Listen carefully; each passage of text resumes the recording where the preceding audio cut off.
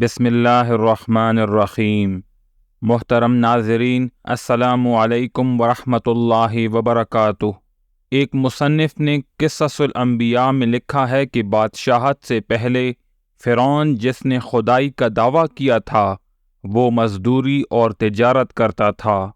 ایک روز فرعون بہت تنگ تھا جس کی وجہ سے وہ بازار کی طرف نکل پڑا۔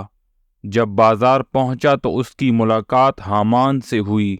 دونوں کے درمیان کافی گفتگو ہوئی اور بالآخر یہ ملاقات دوستی میں بدل گئی۔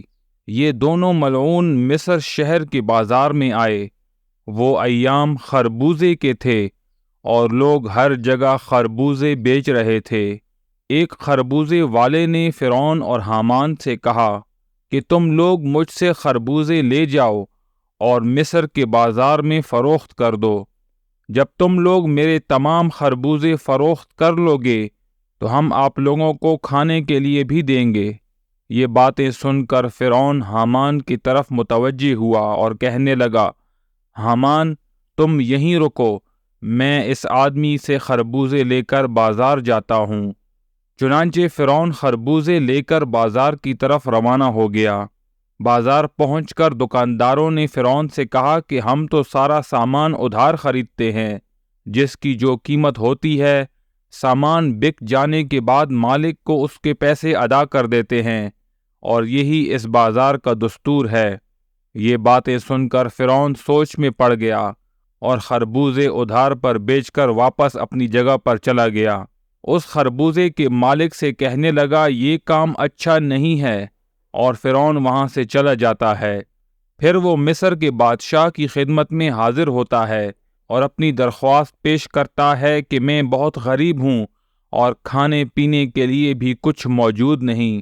اگر اس مصر شہر میں میرے لیے کوئی کام ہو تو میں اپنے بادشاہ کی خدمت کے لیے حاضر ہوں۔ فرعون کی یہ تمام باتیں سن کر بادشاہ نے پوچھا کہ تو کون سا کام کرنا چاہتا ہے؟ فرعون کہنے لگا، آپ مجھے گور کند بنا دیں تاکہ میری اجازت کے بغیر وہاں کوئی مردہ دفن نہ کر پائے۔ بادشاہ مصر نے کہا، ٹھیک ہے۔ اسی طرح فرعون جا کر قبرستان کے دروازے پر بیٹھ گیا۔ اللہ کا کرنا ایسا ہوا کہ اسی سال مصر میں ایک وبا پھیل گئی، جس کی وجہ سے مصر کے بہت سے لوگ مرنے لگے۔ جب فرعون نے دیکھا کہ بہت سے لوگ مر رہے ہیں تو اس نے ہر مرنے والے کے اہل و عیال سے ایک ایک سونے کا درہم لینا شروع کر دیا۔ اس طریقے سے کچھ ہی دنوں میں اس کے پاس بہت سا پیسہ جمع ہو گیا۔ اس نے یہ پیسے مصر کے وزیر کو دیے اور پورے مصر شہر کو سنبھال لیا۔ مصر کا بادشاہ فرعون کو پسند کرتا تھا۔ اتفاق سے مصر کا وزیر مر گیا اور بادشاہ نے فرعون کو مصر کا وزیر بنا دیا۔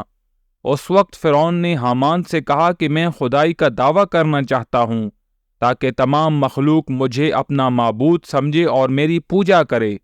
فرعون کی یہ باتیں سن کر حامان نے کہا، اے فرعون، اگر تو یہ چاہتا ہے کہ تمام لوگ تیری عبادت کریں تو اس کام میں جلدی نہ کر، بلکہ تو آہستہ آہستہ سے اس مخلوق کو اپنے ہاتھ میں لے اور ان کے لیے آسانیاں پیدا کر تاکہ وہ تیرے بن جائیں۔ حامان کی یہ باتیں سن کر فرعون نے کہا، کیا تمہارے پاس اس کام کو کرنے کے لیے کوئی تدبیر ہے؟ کیونکہ تمام لوگ تو اس وقت حضرت یوسف اور حضرت یعقوب علیہ السلام کے دین پر عمل پیرا ہیں۔ آخر میں ان لوگوں کو اپنی طرف کیسے بلاؤں؟